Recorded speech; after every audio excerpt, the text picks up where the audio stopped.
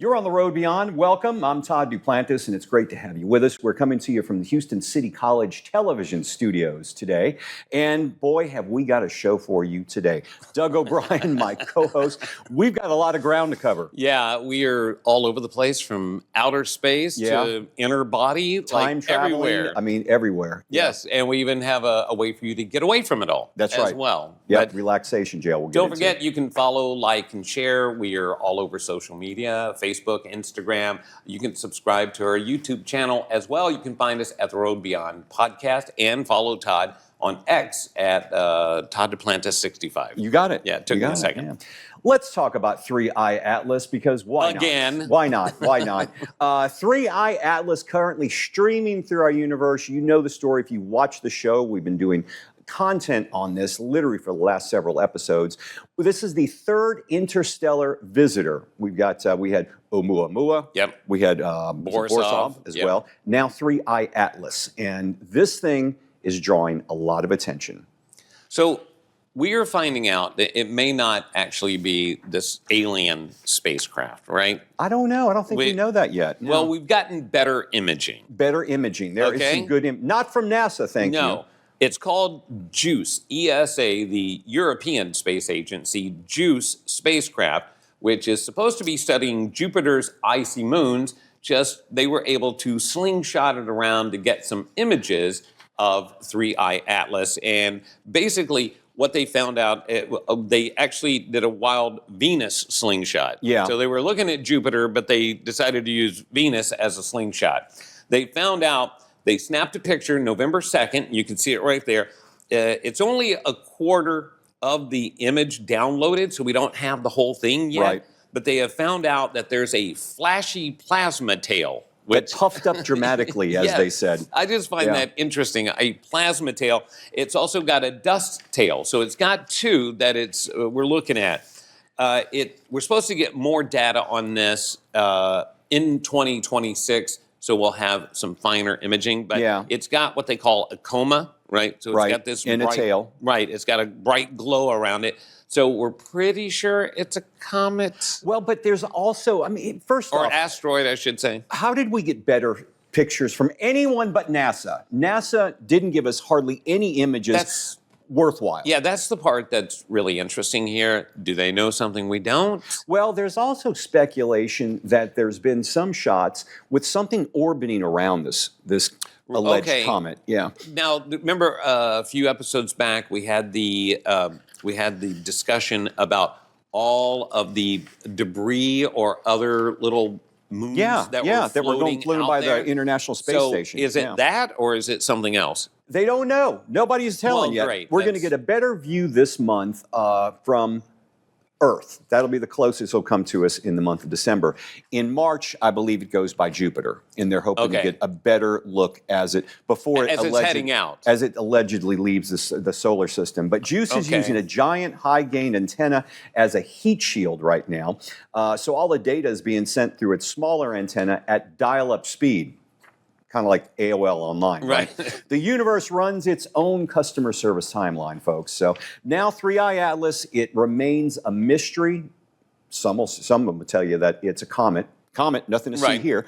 But then there's other theories out there that there's more to it. But here's what we will find out in 2026. High-res, multi-spectral images, ultraviolet scans.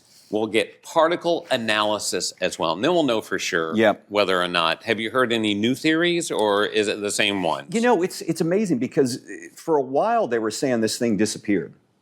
They were having a hard time. Couldn't see it. Right? Yeah, but now everybody's just kind of waiting. For a while we were getting data almost every day. Yeah. Now it's kind of slowed down, but it hasn't reached its closest point. I think it's going to be on the 19th. Okay. The weird part to me is that NASA, this is really, I mean, maybe we need to stop looking at 3i Atlas and look at NASA, because is it a lack of funding? Is it that they know something we don't? Like, what is going on with NASA? I think there's all of that going on. Okay. A little bit of everything. Mainly, though, they've been the biggest deniers on everything. Especially things that we've found on Mars. Do you think they've been instructed to do that? Do you think there's a conspiracy there saying don't say anything? Well, I mean, what's it going to do? crash society, make people rethink things, We cause already global believe unrest. it. Yeah, but as we've talked about before, the silence, the secrecy always makes it worse. Right. It We makes always it worse. think worse conspiracies Yeah. when we get that. But what I find interesting with this asteroid is that it has the two tails. It has the plasma tail, which is unusual, and then it's got the cloud dust tail. And then supposedly things rotating around it. That's We the need better weirdest thing. pictures. Yeah, we just don't have them yet, or they haven't been released. I think it's the second. I think it hasn't been released. Not yet. Well, It's possible that they're not giving this out just for PR. Because if they gave us everything, we would stop talking about it. Yeah, And otherwise now we're keeping it. But are they getting more funding out of that? Is that what this whole game is about? I would, if it were me, I would say, we can find out more. We need a couple million. I was going to say billion. Yeah, but a couple of million. Yeah, we need a lot more money, a lot more time. We need to hire more people. So that would be my game if that's what I were going to do. The game is far from over, folks. A lot more. Buckle up, because we'll be covering 3i Atlas till this thing leaves the universe, if it ever does. Let's go ahead now and turn inward. Yeah. All right. This is a weird story, and I've known about this story for the last couple of decades. We've got a time traveler. Yeah. And I've seen a few of these guys on social media, and it's always hard to believe, but there is a time traveler. His name is John Titor. Am I saying that right? Yes. Now, you have heard this guy. I heard this when it happened on Coast to Coast AM back in 1998, July the 29th. This guy calls into Coast to Coast AM, gets Art Bell on the phone, and starts telling him he's a time traveler from the year 2036. He claims to be a soldier. His name is John Titor. Wait a minute. This sounds like the plot to Terminator. Well, it's very similar, very similar. But what's intriguing is he comes back to present times from 2036. He gets stuck here, and he's looking for old IBMs and parts from an ancient vehicle to rebuild his time machine, which busted. That's the part to me. So this guy's showing up on forums, right? And he's searching for... And he was here for several months. Yeah. He is searching for an old IBM 5100 computer from 1975 to help avert catastrophes. You got to use a computer from 1971 to avert a catastrophe in the distant future? Well, that's just a little sketchy. It's very sketchy, but there are documents and diagrams that he created and released online of what his time machine looked like. It was kind of interesting. Looked like a tape recorder from the 70s. So we're blending Terminator, the plot of Terminator, to Back to the Future. Exactly. Okay. Yeah. You with me so far? I'm with you. He starts telling stories about things. Some of them haven't happened, but then he starts reaching timelines where we're kind of at now, which is really terrifying. Yeah. He talked about the year 2027. Okay. And one of his claims was everybody was fighting the government because the government had militarized by that time, and they weren't really the government. They were the bad guys. So if we look at what's going on today... You just got to think, there's some weird stuff going on today in this current world. You don't know who the good guys and bad guys are. Well, now, let's just look at the facts, right? We do have our government sending military, National Guard into certain cities. So is he talking about that? Is he talking about uprising? We just don't know. But some of the stuff he had was intriguing. Now, the story gets stranger, as if it could. Okay. It gets stranger because in more recent years, I think in the last 5 years, Titor disappeared, but before he did, he went to visit his family in the present life and met the younger version of himself. And the family hired a lawyer who then called into Coast to Coast again and did a live interview, which I heard. But wait a second. I always thought that the timeline would get messed up if you see your present self. Right, if you meet your old self. You would think so. No, he met his old self, his young self, who was a kid like 7, 8 years old, and here's this 30-some-odd-year-old man. And the weird thing about it is they asked the lawyer, and the lawyer said, ask the mom, how did she know? And she said, when your child walks up on your doorstep and you meet him, you know it's him. You know it's him. Yeah, and that's what's kind of chilling. That sounds a lot like that German miniseries that I saw, Dark, because it's about time travel and people met their old selves. But this guy supposedly has documents as well that will back up more about what he had to say. But he never turned those documents over. So he says he has documents, but we've never seen them. Nobody's examined the documents. Now tell everybody about the interview with the lawyer, because it wasn't just Art Bell. Who, if you don't know Art Bell, it was George Norrie. Okay. Did this one? Art Bell had moved on by then. Right. George Norrie, the current host, who is fantastic, by the way, great guy.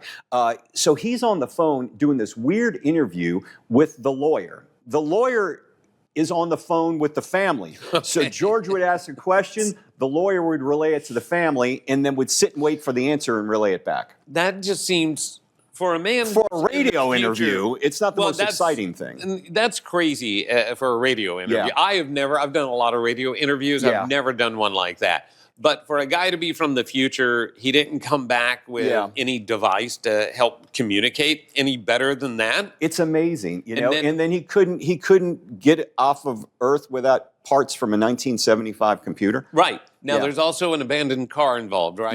Yeah. So which was his time travel machine. He outfitted a car from the 70s. If it's a DeLorean, I'm out. No, it's not a DeLorean. Right. It was like a Buick or something like that. I think it might have been a station wagon. Seriously. It might have been a station wagon. Wow. John Titor, Google it online. You can read the story, but that's kind of the nutshell from the Road Beyond podcast. If you look up Time Traveling Visitor, you go on Reddit or any of those, you'll find the story. That is ridiculous. Well, we're going to take things closer to Earth, and we're actually going to talk about near-death experiences next. Yeah, that and how you can also relax a little bit in an unusual way. We'll have that right after this.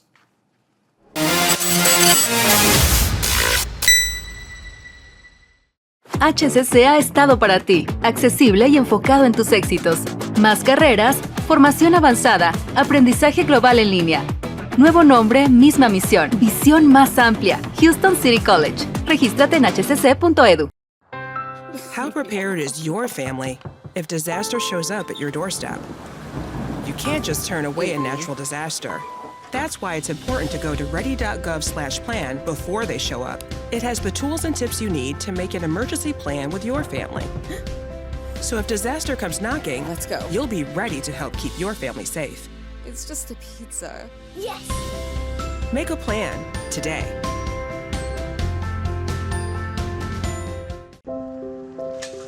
I want to eat apples and bananas. I need to eat apples and bananas. Why can't I eat apples and bananas? Support the Feeding America nationwide network of food banks to help provide meals to those in need. Join us at feedingamerica.org. Things could be stranger, but I don't know how. I'm going through changes, through all of the strangeness. I'm going through changes now.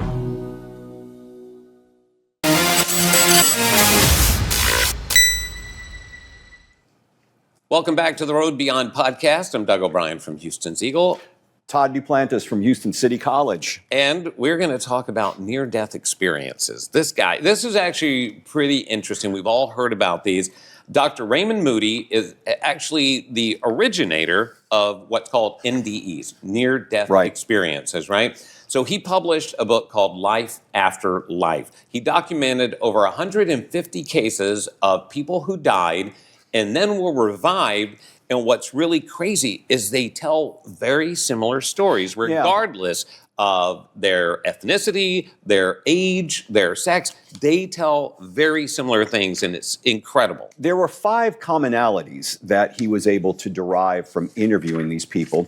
One of them, of course, was the out-of-body experience, where people report like they're floating, they can actually see themselves over their body in a room. A lot of times people may have died on an operating table, can say that they witnessed their dying and looked at people working at them. Also, another thing, a tunnel of light. Yes, you hear about this. The classic tunnel of light. They say it's warm and it's inviting. Now, scientists claim that that's just a release of dopamines and endorphins, right? But there's also the beings of light. So you have visitors that take you along this journey. And they say they're not imposing. They're more like guides, not people that are judging you. But you're going to get judged, and you're going to be doing that yourself, because a lot of them talk about something called the life review, and people relive their entire lives. But you're looking at it from not just your perspective, but from a perspective on how you treated others. Right. And what you may have not known others were thinking while these actions were taking place. Many felt joy, they felt pain, as if they were stepping into other shoes. And you and I were talking about, that's reminiscent of a movie that came out years ago. Well, there's a couple of them. First, from 91, there's Defending Your Life, starring Albert Brooks. He also wrote it and directed it. Yeah. And it really Great is. movie. Yeah, it is a fantastic movie. It's a very different kind of humor, but it really is where he goes, and he's killed in the beginning, and he has to go, and he sees his life over the years, and he has a lawyer, the other side has a lawyer, and you literally have to defend your life, right? And then you mentioned the Robin Williams movie. Yeah, What Dreams May Come, which, if you have not seen that, phenomenal movie. I think visually visually stunning, one of his best pieces of work. And just some of the way they told the story in that movie was not only eerie, it was touching, and then it all kind of weaved in to make some type of sense. So definitely two movies we recommend. Another thing that, another commonality that people run into is something called, after the life review, is something called the boundary. That one seems a little scary to me. I'm not going to lie. And you hear people, they said they had a choice. I could either go back or I could stay. And many of them said they did not want to go back, and they were told, it's not your time yet. It's interesting because over the weekend, Sopranos was on HBO. Oh, yeah. They re-showed it. And I just happened to come in at the one where Tony had been shot. He was in the hospital, and it was his sequence of his near-death experience. And it was where he was either going to go into the house, right? Yeah. But he could hear his daughter calling for him from the tree line. And he had his briefcase, and they said, no, you can't take business inside. And then he decided to return because he wasn't done. But it's odd that we had this today after seeing that over the weekend. Yeah, I mean, and we've talked a lot over the past several months about exploring for ghosts and ghost hunting. Yes. But this is just a new perspective on it. And these are, well, I guess you could say it's scientific, Dr. Moody, but it was something that he did experience, and these people, 150 that he interviewed, there were certain things that kept drawing him, him back to it. But now let's talk about, to be fair, let's talk about what critics have to say. Yeah. So critics argue that a near-death experience is the result from oxygen deprivation or dying brain chemistry, all right? But Moody's work opened up a global discussion on consciousness itself, the soul, what happens when we die. If consciousness survives death, it challenges our assumptions about life, purpose, mortality, and reality itself. Moody's research reminds us that love, compassion, and human connection might matter more than anything else. I will say, just quickly, I was with my father when he died. Yeah. I was talking to him. He was in hospice, so I was prepared for it and everything. But I remember the moment when it happened. Yeah. Afterwards, the nurses said, would you like a moment with the body? And I was like, looked at my father's body, and I was like, no, that's not him. He's out. He's gone. You could instantly tell that was just the vessel that he was in. Right. That was not him. So it's a fascinating topic. I was around when my grandfather passed, and I was around when my mother passed. Yeah. And I remember after they passed, both of them, I just looked up. And it was a natural thing because they were no longer here. Yeah. They were up there, wherever they just, I think I just believe in the consciousness. I mean, because you have to start thinking about, why are we here? Why do we feel what we feel? There's more to it. So near-death experiences are interesting. Let us know what you think in the comments below. And have you had a near-death experience, or you've been around when loved ones have passed? We'd like to know your experiences. Now, if you're feeling a little stressed out. For something completely different. Right. for any reason, you can go to Relaxation Jail. That's right. It's a real thing, right? It's happening in Seoul, Korea, South Korea, actually, and it's called Prison Inside Me. It's a real deal. And you actually, too stressed out, working 100-hour work weeks, need to get away, well, they're going to lock you up for a weekend. Yeah. So actually what it's for, if you need to unplug, reflect a little, and maybe even a mental detox, because we all have our phones with us, computers, you can never truly get away anymore.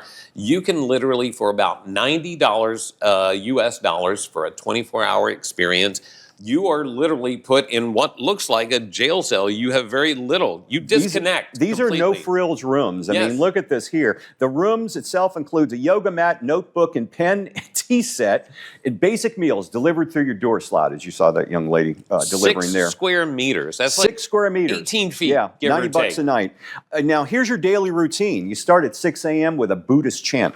That's nice. Yeah, That's so that's very what you're starting peaceful. with prayer. Then you've got strict silence for the entire day. Okay. You like that? Meals include simple items like sweet potatoes or smoothies delivered anonymously. No distractions, only stillness, solitude, and introspection. People say that it is very liberating. Yeah. That they feel renewed when they come out of there, and because the real prison is everyday life. But I'm afraid I wouldn't be able to enjoy it. I don't know if I want to spend my weekend that way. Well, here's the thing. You're going to lose track of time because you don't have a clock or anything. Right. And I'm just going to be thinking, I've got to go back to work tomorrow. I got to get this done. I don't know if I could truly unplug in just 24 hours. Well, you know what's strange?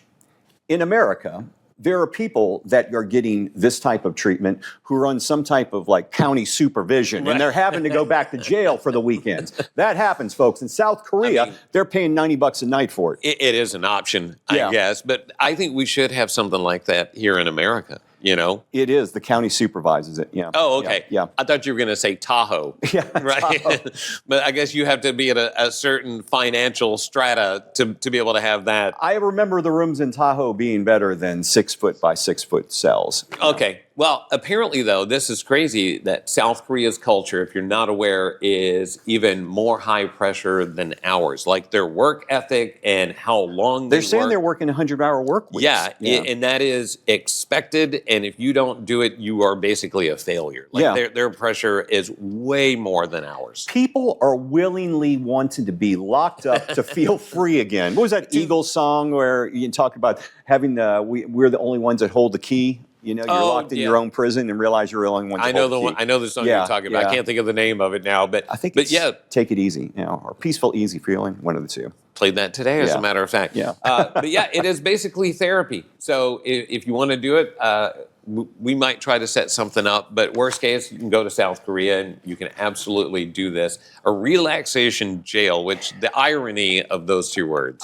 It does not look like fun to me, but then again, some people love that. If you're working a 100-hour work week, I mean, you do need a break. Well, look, over the weekend, I did nothing. I sat on the couch and I did watched that too. football. Yeah, we went out Friday night and then football and relaxing. That is kind of our unplugging. We use sports. We use, the Real Housewives or wherever. I think that is our relaxation, our unplugging. Relaxation jail for us involves a football game and a pizza and a couch and possibly 100%. A dog. Yeah, that's hanging out with you.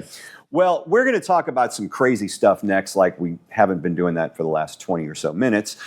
This time, we're going to take you out to the U.S. and what happened during COVID, really, with the birds. Drones? Interested? Stay tuned.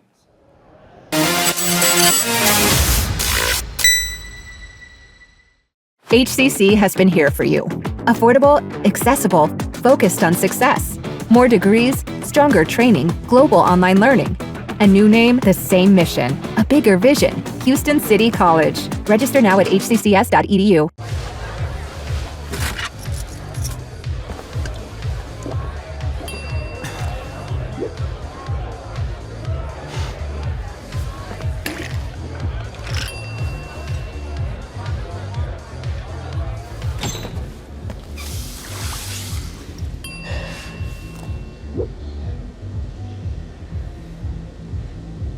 If you need to do something to feel okay to drive, you're not okay to drive.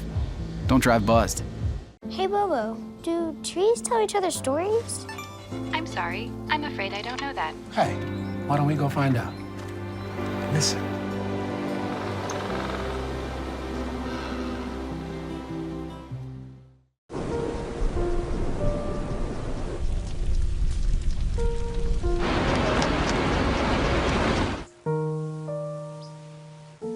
Don't wait. Communicate. Make your emergency plan today.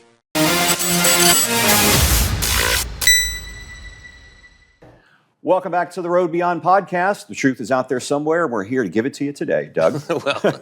well, at least some theories on it. So the real question is, what happened during COVID? And there is a theory out there that all the birds that you see are not birds. They have been replaced with drones. That's right. Bird drones, to be exact. And you're saying, wait, you're crazy. No, that couldn't have happened. Have you seen the birds? Take a look at birds out there. Look at some of the drones we're showing you right there. Those are actual drones. Many of you can buy on Amazon. Surveillance drones. Think about COVID. Streets were quiet. Parks were empty. People were indoors. If you're going to replace birds, then that's the time to do it. That's it. And you know, when you see birds sitting on wires, like for us, like driving down 45 around Main Airline in that area, you'll see them in the parking lot. And I mean, there'll be hundreds of birds. Oh, yeah. What if they're not birds? What if they are drones? And I'm not making this up. This is a real conspiracy theory. They're recharging. They're using the power lines to recharge the drones. Now, you're saying they're also...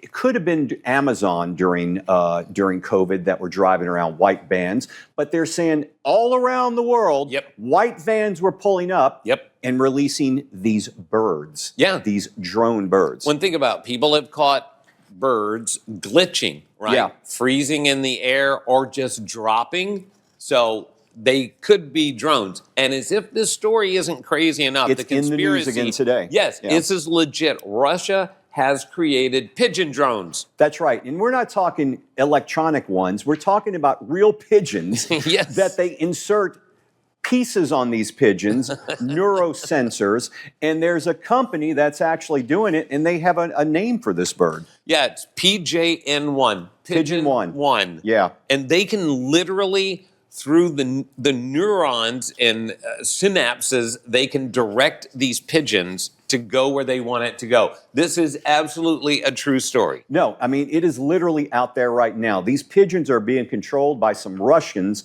that are looking to do nefarious things with them, or at least surveillance. So the next time you look up in the sky, think, you know, it may be a bird or it may not be. Well, think about it. If you see a guy in a suit that you don't recognize near you, around you, you get a little suspicious. But a pigeon, not going to cause a problem. You don't think anything of it. Yeah. I mean, it's bizarre, but it's also kind of brilliant at the same time.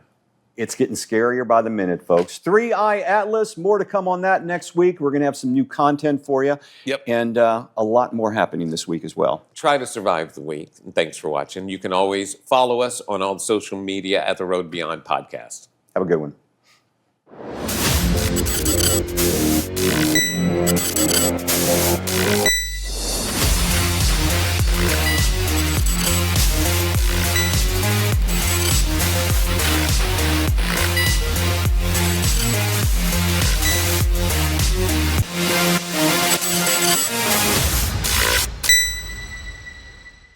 Por más de 50 años, HCC ha estado para ti. Accesible y enfocado en tu éxito. Esta es tu universidad, y crece, evoluciona y se expande contigo. Más licenciaturas, formación laboral avanzada, aprendizaje en línea con alcance global. Un nuevo nombre, la misma misión, una visión más amplia. Houston City College, enfoque local, alcance global. Regístrate en hccs.edu. Natural disasters are a fact of life in the U.S. And between activities and school, chances are you won't be with your kids when they happen. Will they know what to do? Ready.gov/kids can help your children feel prepared, not scared. So talk with your family today.